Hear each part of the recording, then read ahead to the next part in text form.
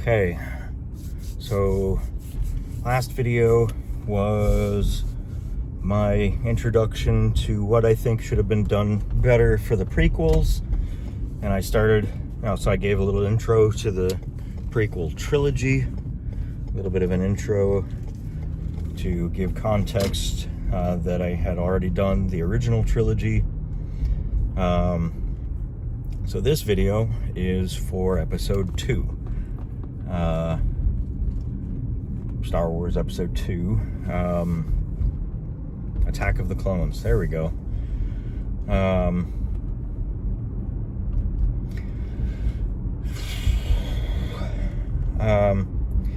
If you saw the previous video for Episode 1, you would have seen that I would not have started it with Anakin being a kid.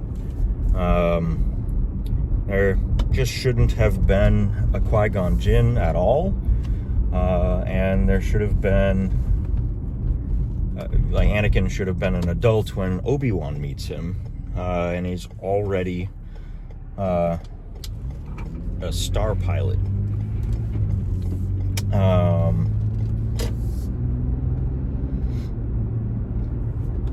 So if Episode 1 played out the way I wanted it to, and also the Clone Wars would actually be about clones and clone rights, the good people among the Galactic Republic want to ban cloning for slave labor, and the bad guys, or the South, want to maintain their cloning to keep their economies going, because their economies are dependent on that slavery, like the real world.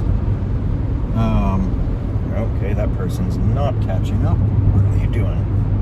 Why are you in the left lane?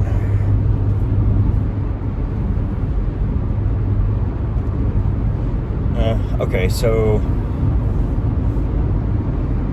if Episode 1 had started off during the Clone Wars, and it was about clones being genetically manipulated and turned into essentially robots, except they can still feel and suffer, so they're being used as robots, as slaves. They are owned. And the bad guys in this war want to separate from the Republic so they don't have to listen to their stupid law about slavery. And that's what the war becomes about. And so in Episode 2, we wouldn't need the horribly written romance stuff that we got, which is the only bit of Star Wars that I fast forward through, because George Lucas seems to be terrible at writing dialogue that sounds like it would actually happen, at least when it relates to romance. Those scenes were just painful. So in my version, Padme isn't a queen of a planet, or I guess society on a planet, since the Gungans were separate. Whatever, doesn't matter. In my version, Padme is the main pilot hired by Senator Bail Organa. And that's going to be the explanation for why Leia ends up with them, right? Bail is greatly appreciative of Padme having such skill as his pilot, having gotten him out of some sticky situations, and like there's a loyalty between them. And when Obi-Wan and Anakin cross paths with them, Anakin and Padme are smitten with each other. They're similar ages, both sensitive in the Force, and Obi-Wan is like, hey, you two are getting along well. Padme, you're sensitive in the Force. Do you want to learn how to use that better? And she says yes, but I can't. I can't leave my duties to the Senator. So Padme ends up training with them, like just in her spare time, essentially, when he's not traveling anywhere, and Obi-Wan and Anakin don't happen to be busy. So, a couple important things. Anakin is obviously more powerful than Padme, but Padme is like way better skill-wise. Like, she is much more graceful,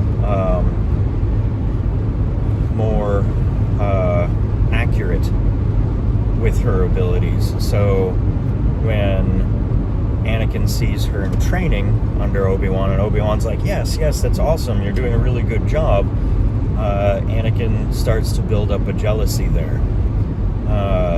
Like, why can't I do these things? Why is Obi-Wan heaping praise on her, but not on me? And so there's the beginning of the split. But, you know, obviously Anakin and Padme are enjoying each other's company, and Padme gets pregnant,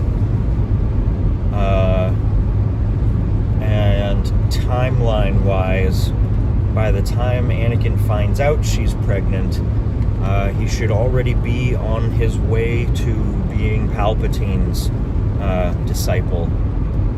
And Padme is going to be shaking her head going, what are you doing? No, Obi-Wan and I don't have a thing going. No, I'm not being unfaithful to you. No, like, I am not okay with you going off to use your power so recklessly. And at the whim of a politician that seems to be kind of not just what we're aware of. There's more to this guy, and it's not good. So we have that split there. And Anakin goes to the dark side essentially during episode 2. So episode 2 is then kind of the main body of the love story of Anakin and Padme, and the conception of the kids, the twins. And that sets us up for episode 3, but this is the video about episode 2. So really, considering the fact that I completely changed episode 1, changed what the war was about, changed which side is using clones, and yeah, I guess I should point that out here too. If the bad guys are bright headlights, if the bad guys are, yeah, you can see them. If the bad guys are using clones, and the Jedi who decide to participate in the Clone Wars are on the side of the New Republic, and the New Republic has to stand up a fighting force really quickly, droids are an obvious way to do that. They don't take years like 10 years of lead time to produce the soldiers. It's just a manufacturing thing. Wow, these people are driving slow. Awful time for this lane to merge.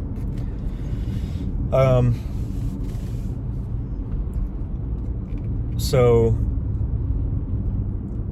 yes, the New Republic has biological soldiers, but not as many, not enough to fight the ridiculous number of clones that the Separatists have, that they have filled their military with. Like, nobody wants to be a grunt on the front line and risk their lives. We're gonna stick a clone here based on a model of person who was really good at this in the past. And so they have these clone soldiers that are pretty good. Now, what I'm imagining too is that probably during episode 2 we start to see that the Republic is managing to rescue some of these clones that they're fighting against. And let me back up a step too. The Separatists have done something probably, I'll say, accidentally clever in forcing the New Republic to fight against clone troops, which are essentially the people they're trying to save. So, like, there's this extra bit in there where these clones are genetically manipulated to be obedient and to fight as they are told to. And the Republic saves a bunch of these clones and does everything they can with the medical science they have to help them, to give them back some of what was denied to them, and offers them a choice. Like, would you like to try to build a life for yourself on one of the Republic worlds that is friendly to clones? Or if you like, you can join our military effort and help us save more of your clone brethren. So that's where we get the clones that fight on the side of the good guys, and where we can still have our animated series between episodes 2 and 3 that focuses a little bit more on the clones and their story. And we can have Ahsoka in the mix. Heck, since she's such a well-liked character, if we're rebooting episodes 1, 2, and 3, maybe Ahsoka's actually in there briefly as one of the Jedi, or one of the Force-sensitive people learning. It might be too much to cram into the movie, though. And if Anakin falls to the dark side during episode 2, a lot of this stuff has to be rearranged, but the important points are there. Episode 2 is more about Anakin's fall, like his drift away from the light side, and like our explanation for it. So, like, instead of weird plot by Palpatine that involves the virgin birth and the scary dreams that make Anakin think he's going to lose people he loves, so that Palpatine can swoop in and say, yeah, I can save her. I'm the only one who can save her. Like, that, it's just not a good character arc for Anakin. Having the whole movie essentially dedicated to that gives us more of the Oh, okay. So he and Obi-Wan have developed this friendship, but he's still a little bit jealous of Obi-Wan. Feels like he should be a peer rather than a student. And then he sees his girlfriend having more skill than him, even if not as much power. And then he meets Palpatine, and Palpatine's like, you have a ton of power. We should be using that for the war effort, and we can do some good with that. Obi-Wan would never teach you this because he's too afraid you won't be able to control it. Like, he can still be the little devil on his shoulder, but yeah, anyway, I think I got all my basic thoughts out.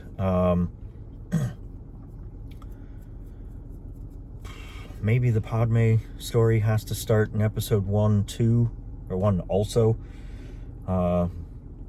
Maybe Ahsoka is the one that joins in episode 2, and Obi-Wan is like, maybe she'll learn better from Anakin, and it'll give Anakin a sense of responsibility, and so that starts out. But then when Anakin bugs out, Ahsoka learns from Obi-Wan. I don't know. Anyway, thanks for listening, and see you for the next part to talk about episode 3.